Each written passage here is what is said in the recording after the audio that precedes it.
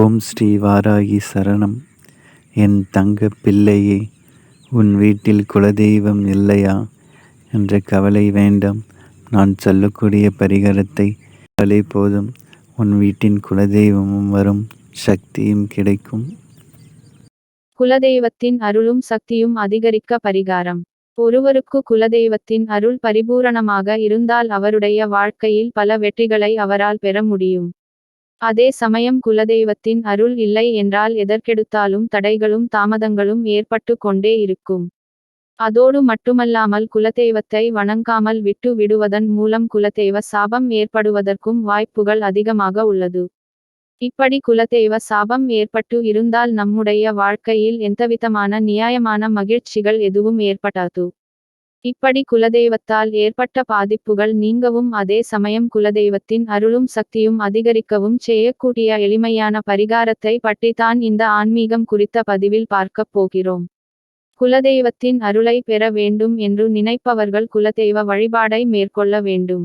என்னதான் குலதெய்வ வழிபாடை மேற்கொண்டாலும் குலதெய்வத்தின் அருள் நமக்கு கிடைத்தாலும் நம் வீட்டில் குலதெய்வத்தின் சக்தியானது நிலையாக நிலைத்திருந்தால் தான் வீட்டில் அனைத்து விதமான நன்மைகளும் ஏற்படும்.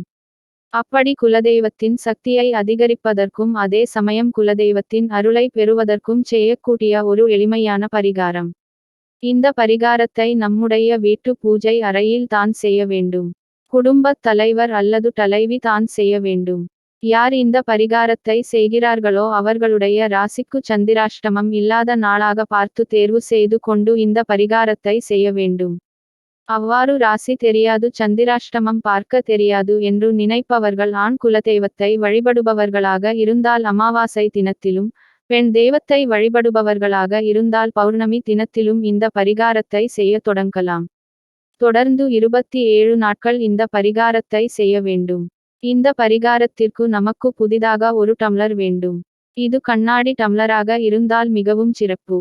பரிகாரம் செய்யக்கூடிய அந்த நாளில் காலையில் எழுந்து குளித்து முடித்துவிட்டு எப்பொழுதும் போல் வீட்டு பூஜை அறையில் விளக்கேற்றி பூஜை செய்து முடித்து விட வேண்டும். இந்த பரிகாரத்தை பிரம்ம முகூர்த்த வேளையில் தான் செய்ய வேண்டும்.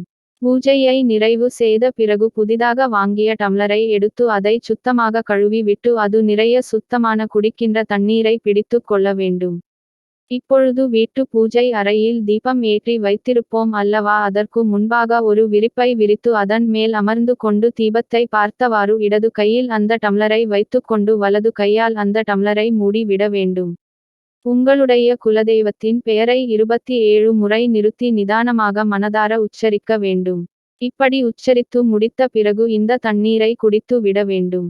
இப்படி தண்ணீரை வைத்து குலதெய்வத்தின் பெயரை உச்சரிக்கும் பொழுது அந்த பெயருக்குரிய சக்தியானது அந்த தண்ணீரில் இறங்கும். அந்த தண்ணீரை நாம் குடிப்பதன் மூலம் குலதெய்வத்தின் சக்தியை நம்மால் உணர முடியும். இந்த முறையில் தொடர்ந்து 27 நாட்கள் செய்து வர கண்டிப்பான முறையில் குலதெய்வத்தின் சக்தி நம் வீட்டில் நிரந்தரமாக நிலைத்திருக்கும்.